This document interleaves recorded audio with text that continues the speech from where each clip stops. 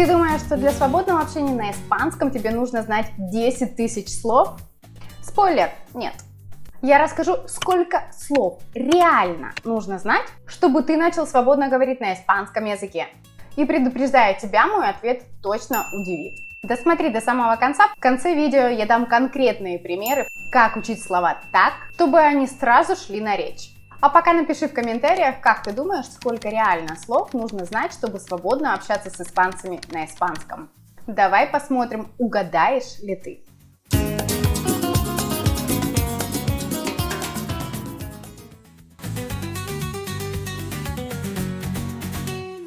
Казалось бы, логика простая. Чем больше слов ты знаешь, тем легче тебе общаться с испанцами.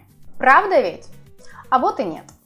Представь, у тебя огромный словарный запас, но ты не знаешь, как соединить их между собой и составить полноценное предложение. Это как пытаться построить дом. У тебя есть куча целых кирпичей, но нет цемента. Что с этим делать? Непонятно.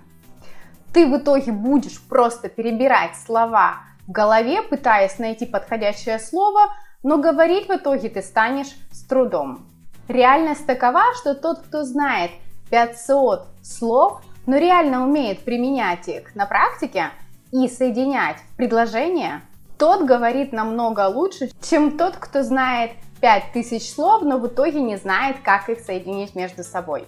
Как это выглядит на практике? Я встречала много людей, которые живут в Испании очень давно.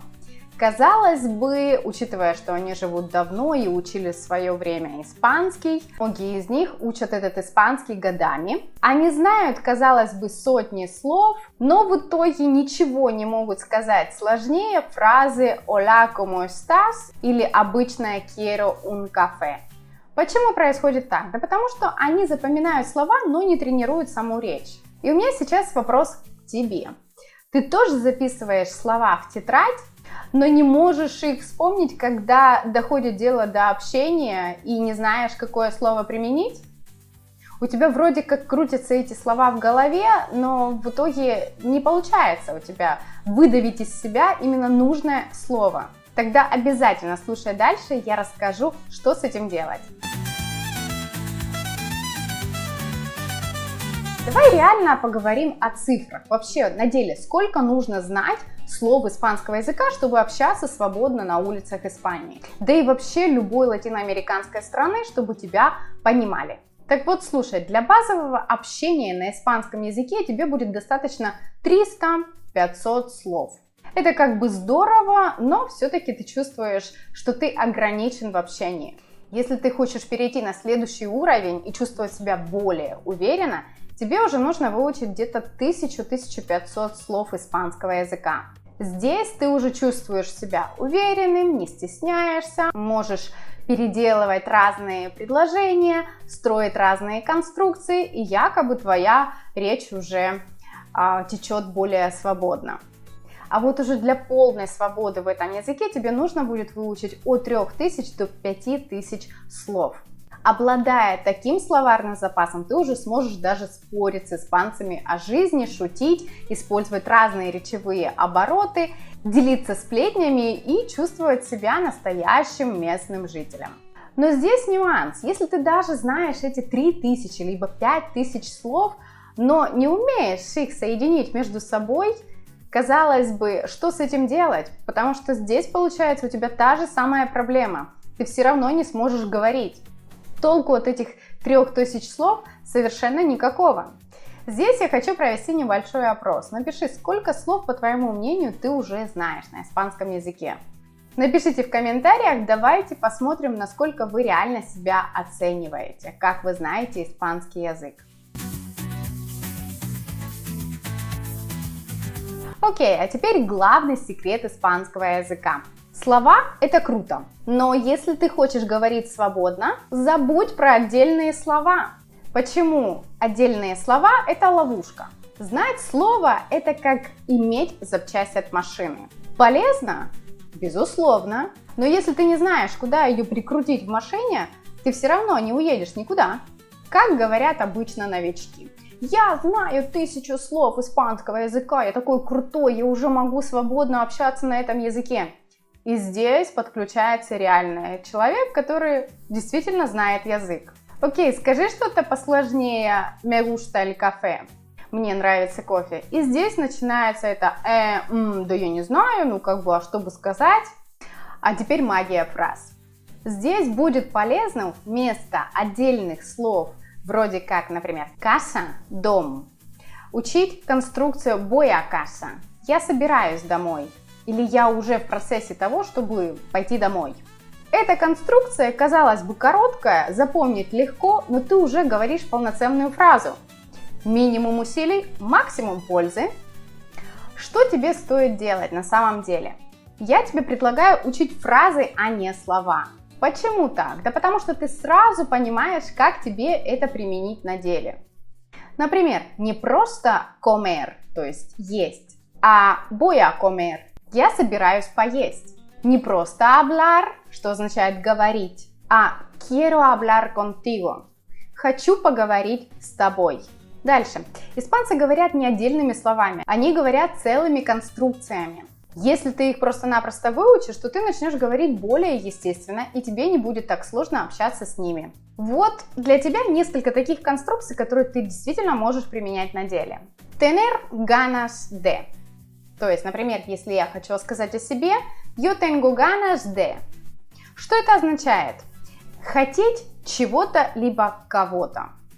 Здесь все зависит от самого контекста, как вы догадались. Но если я скажу yo tengo ganas de, то это будет означать, что я хочу в данный момент чего-то. Например, мороженое. Helado. Другая конструкция estar a punto de. Это когда вот-вот что-то произойдет. То есть, например, мы берем какой-то продукт в супермаркете, и он прям срок годности его почти скоро закончится. То есть, там буквально осталось ему 1-2 дня. И мы говорим está a punto de caducar. То есть, вот-вот оно пропадет. И другая фраза, но не менее полезная, это echar de menos. Означает скучать по кому-то, либо за чем-то. Можно применить это как на предмете, так и когда мы выражаем это относительно кого-то. Другой мой тебе совет. Используй реально живые фразы испанцев. Не говори книжными фразами, а говори как реально носитель. Например, que guay, как классно. No pasa nada, не переживай, все окей. Venga, vamos, давай, пошли. Теперь давай проверим. Я говорю слово, а ты напиши в комментариях, в каких фразах испанцы его используют. Например, я говорю глагол pasear, то есть это гулять, прогуливаться. А ты напиши в комментариях фразу с этим глаголом. Например, я скажу voy a pasear por la playa, то есть я собираюсь пойти пройтись по пляжу. Кто напишет самую классную фразу, получит от меня лайк и комментарий в ответ. И, пожалуй, давай теперь перейдем к разбору, как все-таки учить слова и фразы испанского языка, чтобы начать реально говорить на этом языке. Здесь важным моментом будет начать учить эти слова правильно, то есть, чтобы они шли сразу в твою речь. Первое. Не записывай слова отдельно, записывай сразу на примере какой-то фразы. Так ты понимаешь, как это слово применить. 2. Проговаривай вслух. Лучше, если это будет несколько раз. И старайся сразу применить в речи. Учись думать на испанском. Да, это тяжелее всего, но это нужно. Заменяй твои привычные слова на испанские. Также практика, практика, практика. Минимум 5 минут говорения в день. Давай потренируемся прямо сейчас. Переведи просто прямо сейчас и напиши это в комментариях, какая фраза у тебя всплыла в голове. Давай посмотрим, как это у тебя получится. Теперь ты знаешь правду. Для реально свободного общения не нужны тысячи слов испанского языка, а нужна, по сути, правильная методика и ее применение. Выучи 5 реальных фраз, которые подойдут именно тебе, и применяй их на практике. Кстати, напиши в комментариях, какие такие фразы испанского языка либо речевые обороты ты используешь чаще всего. Я думаю, это будет полезно и остальным. Давайте перейдем к своему роду такому челленджу. Например, давайте возьмем слово tiempo. может означать время, либо погода.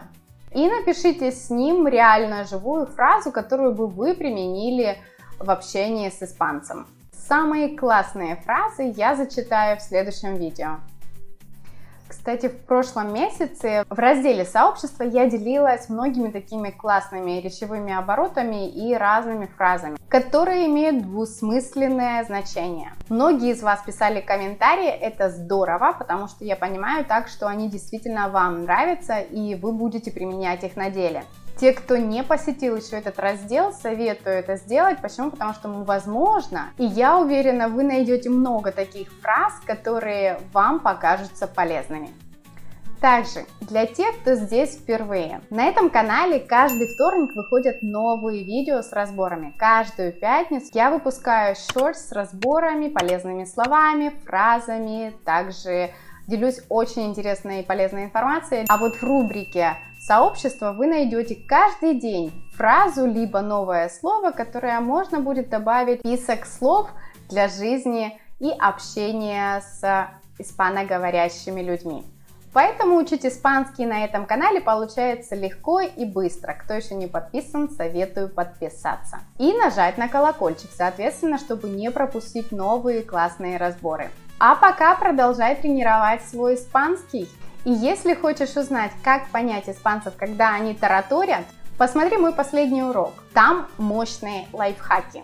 И серьезно, без них ты будешь просто хлопать глазами. Ну все, хватит смотреть, пора говорить. Nos vemos en el próximo vídeo. Chao, guapos.